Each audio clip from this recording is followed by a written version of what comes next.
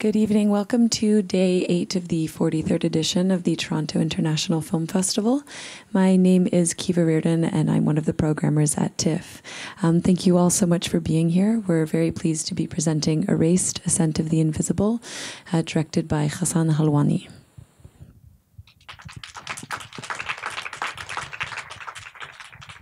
To begin, we would like to acknowledge that tonight's event is taking place on the treaty territory of the Mississaugas of the New Credit and the traditional territory of the Haudenosaunee, the Anishinaabe, and the Huron-Wendat. And we are very grateful to have the opportunity to work in the community. Ghassan Halwani's debut is an evocative examination of the thousands of people who were disappeared during the 15-year conflict in Lebanon.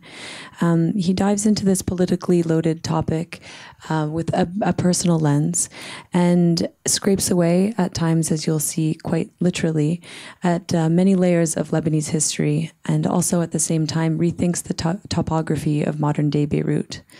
A photographer who transitioned to illustration and whose work in the latter format was last seen at TIFF at the Lebanese Rocket Society in 2012. Ghassan explores, by employing multiple mediums, a rumination on this act of violence, of which thousands of people were disappeared. And he does so using photography, voiceover, on-screen text, and his own animation. The result is a rumination on how these violent acts, and one that is considered a crime against humanity, plays into notions of martyrdom, shapes national narratives, and ultimately poses the question about the very right to die within death. This film is eligible for the Grolsch People's Choice Award, and this year we're voting online, and you can do so at tiff.net/vote. And we would like to thank MEC Films for providing us with the film you're about to see today. Ghassan Halwani was born in Beirut, and he directed the short animated film Gibraltar in 2005 and animated the festival selection The Lebanese Rocket Society in 2012. Erased, Ascent of the Invisible is his first feature film. It also recently world premiered in Locarno, which is a very prestigious festival, and there gained very rightly deserved great acclaim. So now, without further ado, please join me in welcoming to the stage Ghassan Halwani.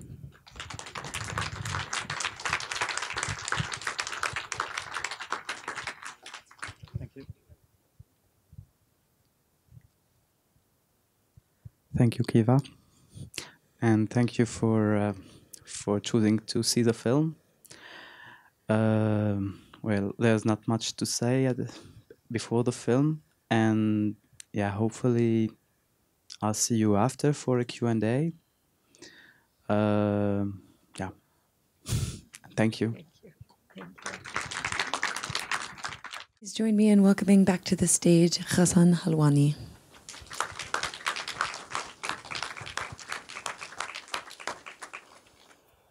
Thank you. Thank you for being here and for sharing the film. I wanted to begin with a question about the journey of this project. It wasn't initially conceived of as a film, I believe, and can you talk a bit about that?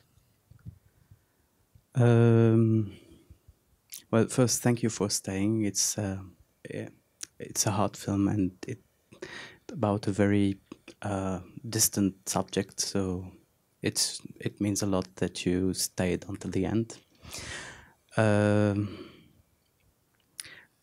Yeah, the film didn't. The work didn't start as a film, and it started actually as a search of a possible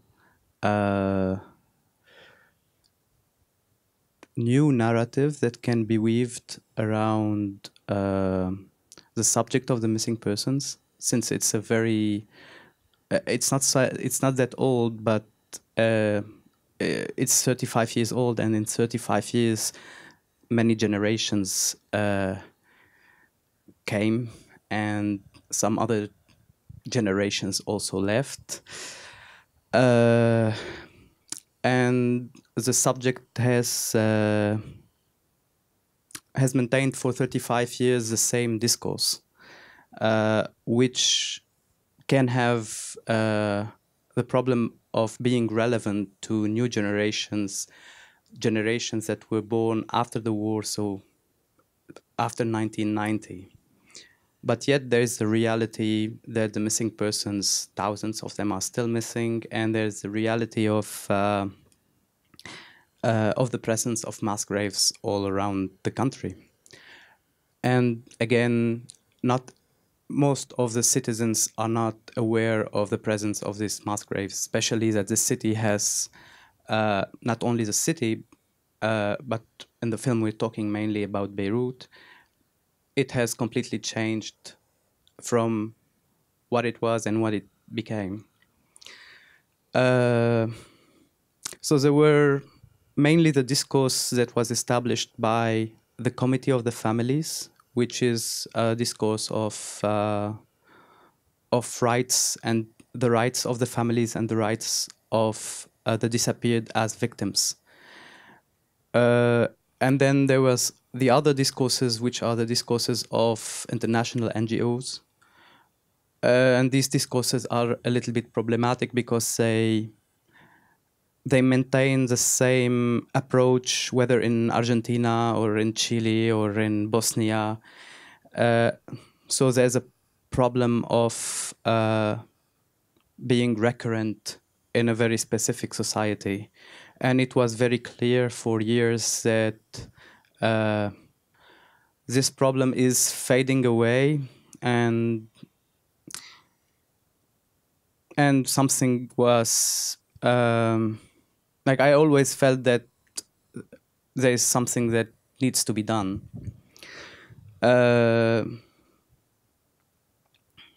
But I wasn't working as a filmmaker on the subject. I was working mainly on the archives.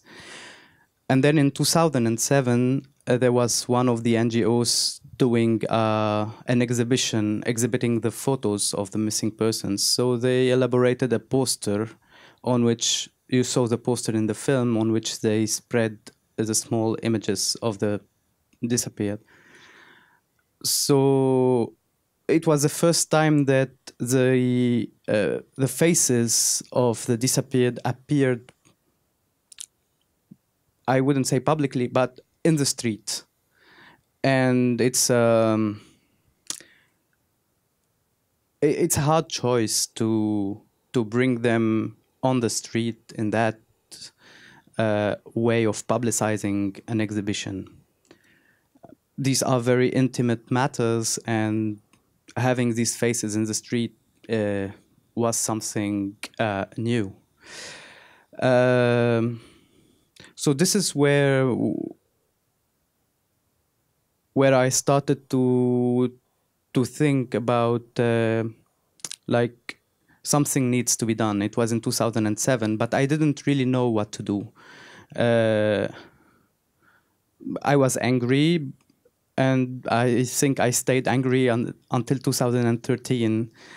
For 6 years, I couldn't forget this poster. And in 2013, I decided to go and search for this poster again, not completely aware of where this was leading.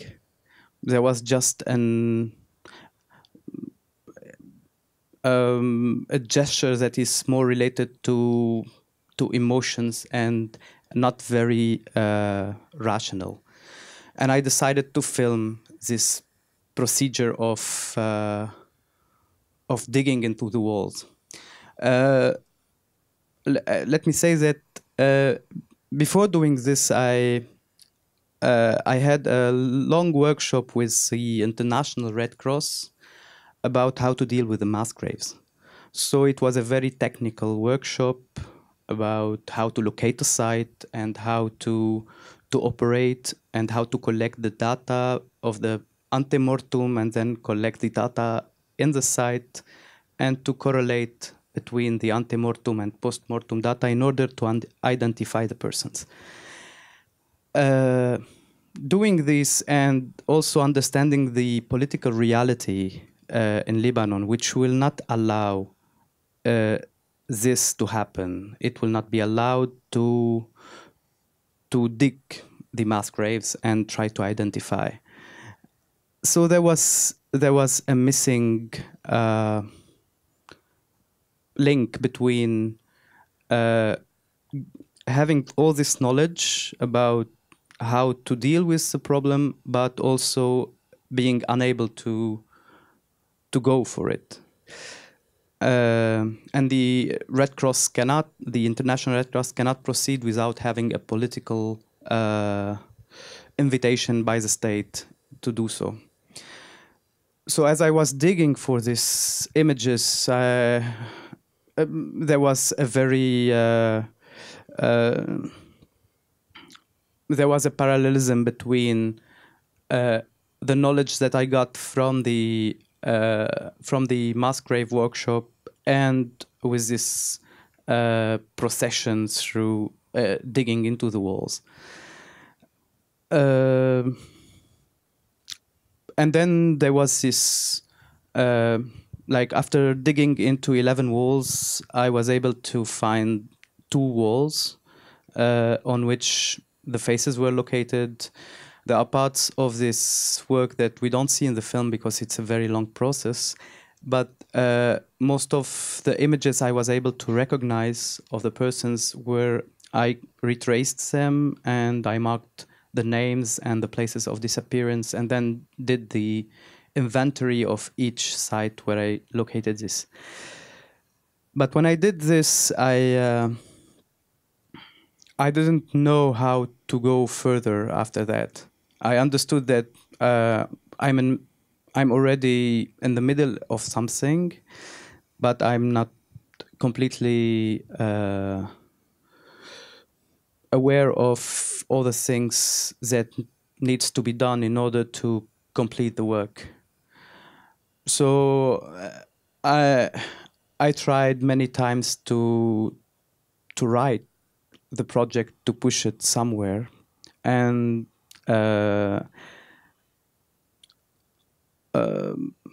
I think I failed all the time into writing. I wouldn't say a script, but writing the project. At certain moment, I was completely aware that what I've done on the wall was bigger than me, and I didn't want to be imprisoned by like I want to do something. So this is where I calmed down and I said, okay, what's on the wall is on the wall, and I will leave it on the wall. And then I tried to follow the same gesture. I understood that what I did on the wall, or what triggered me, was the question about how to represent a missing person in a society to which this missing person is still belonging and still part of it. So I understood that I asked a question to myself and then I tried to answer to it. So this is how I proceeded the rest of the film. There were several questions that I needed to think about, and each of the questions I decided to treat it with an experiment and to film this experiment in order to be able to expose simultaneously the question and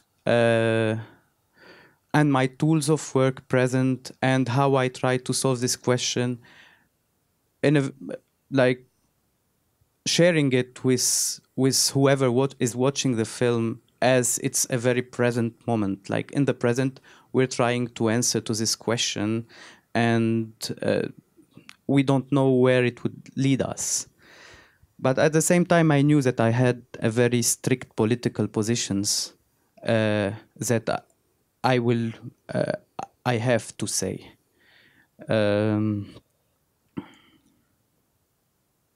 Yeah. Thank you. Another aspect, there's so many aspects in this film. One that I keep returning to is this idea of the face and how that contains a radical humanity. And it seems a large part of this film is returning this sense of the individual to something that has become flattening almost. Can you talk about the role of the human face in this project, in the film?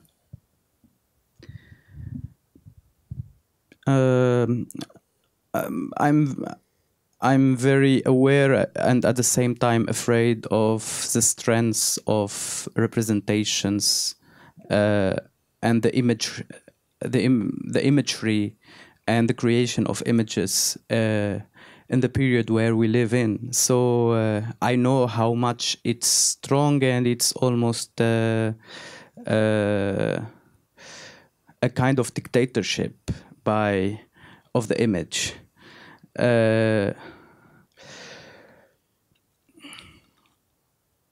And also when we go to the question of the faces, like how do the faces are able to represent us? I mean, when we use identity photos that needs very specific requirements, where we shouldn't show our teeth or our so do these images really represent us? I know when I look at my photo passport that I'm not this person. This is the official person that is required by the institution, which doesn't represent me. And when I see these photos held by the parents, which is a gesture that is all over the world, where the families hold the images of their beloved ones, I always think that this is not like, this is the case. They belong to the case. But when the society decides to represent the missing persons, they have to do something else. They cannot, it's not their job to put these images as a representative way of the disappeared.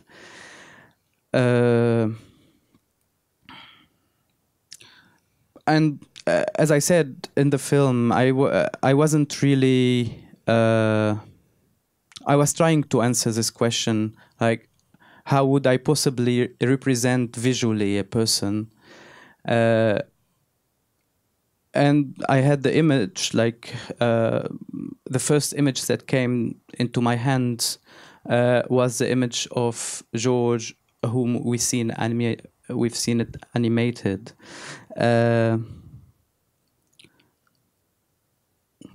When I looked at his face, it was sure that the image was taken from a larger image. It's not just his his short photo. So this has pushed me to try to, as I said, to catch a moment from the instant where this image was taken, and I wanted to look at it from a different angle, not from the angle of the authority, or I wanted to look at it as a living moment, and as a living moment, I'm not supposed to be at the place of the photograph. I could be behind or on the side. So yeah, I tried to lead this idea until the end in order to realize, yeah, how can we represent it? How can we represent them? How can we, how can we look at them in order to understand that they are not these dead icons, but yet still they have their own existence? I do want to open it up to the audience if there are any questions. I will also repeat the question for the benefit of people who might not have heard.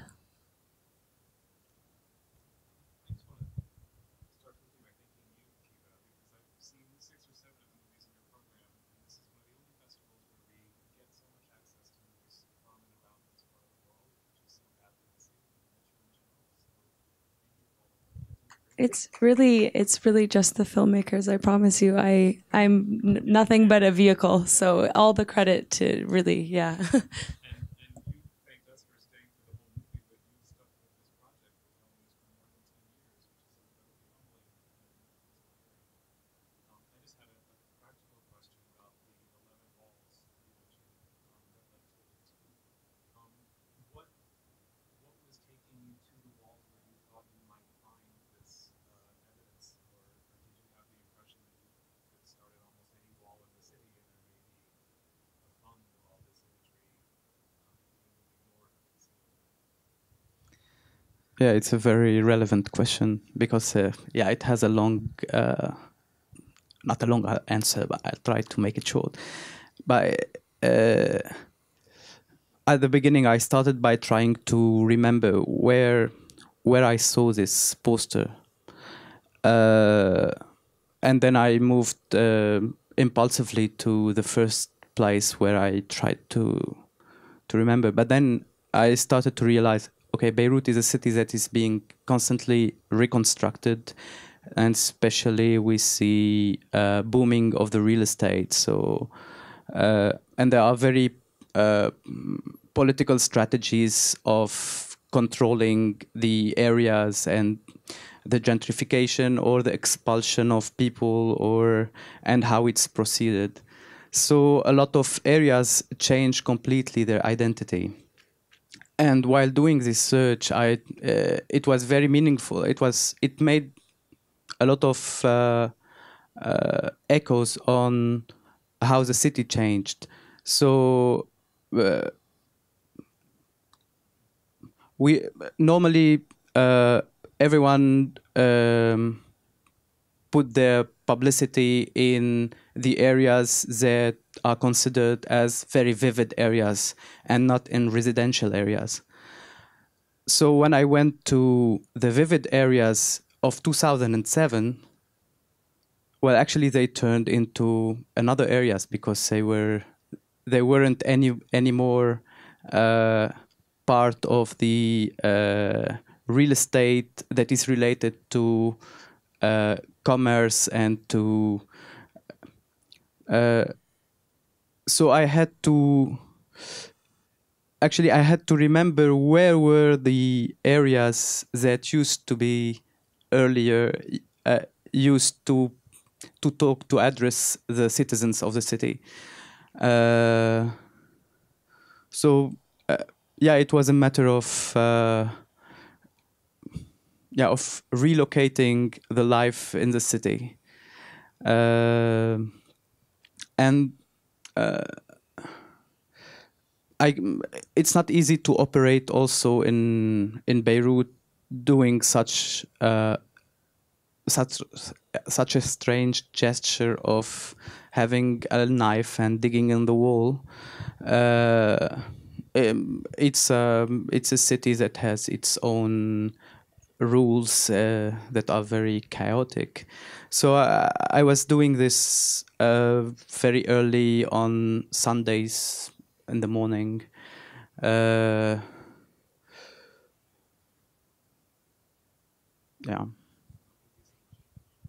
Yes, right here.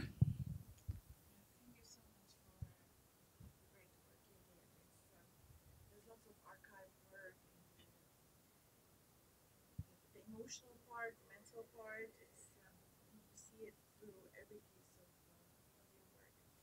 I have a question related to two questions. The first one is shorter. It's about where did you think about interviewing the families of those disappeared people? Did you ever try to do something related to that? The second one is I saw at the end of the movie that the film that the organization of the disappeared The committee of the families. Halil Mafqudin, Yeah. that they were involved somehow. So a vital question is, and I'm seeing this not from the humanitarian point of view, not like only the audience point of view. I'm from Syria, and we see this every day now with thousands of people that are lost and disappeared, and how the Syrian regime at that moment is rebuild something. Like now we are rebuilding Syria, and there's that hidden part that it's not like only rebuilding, it's like hiding the crime scene, what's happening. And you mentioned that in your work about how Beirut now, for people who don't know, even you said in the beginning, Lebanese people are not aware of all this, all what happened. And there were a few comments from officers, right, that said, okay, so we have now, we built something in their memory, and this and that. But is that it? So is it, what are they doing now to, because it's just unbelievable to feel it's not, they're not like numbers who just dissolved Yeah. and died and washed off by, and it's, though it's 35 years ago, right, this is still there, not only though it's real, it Yeah. happened. So what's, from another perspective, you know, what's going to happen, what are they doing, what is, Yeah. bada, you know, so thank you so much.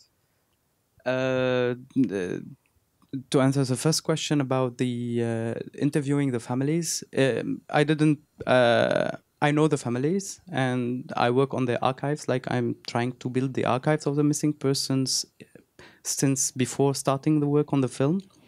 But I didn't want to represent again the discourse of the families. This discourse has been ruminating for 35 years, and now the younger generation who sometimes works on a projects whether theater or films, they take the same discourse and play it again as if it's their own discourse.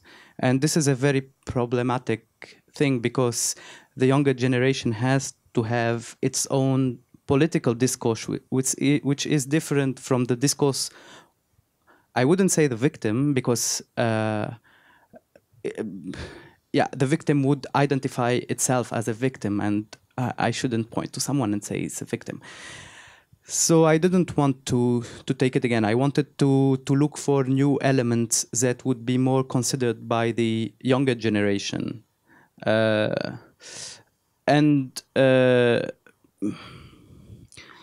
Yeah, regarding the situation in Syria, when the war started in Syria,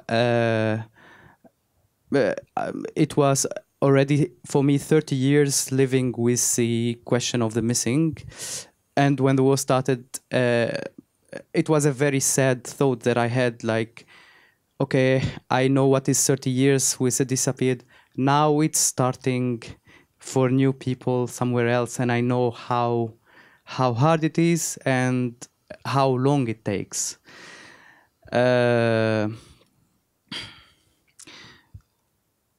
I saw a lot of a relationship starting with the people from Syria trying to work on the cases of the missing, and specifically there's this woman that came several times to Lebanon to meet with the Committee of the Families of Lebanon to understand what were their earlier mistakes, what to avoid, and how to proceed with the work.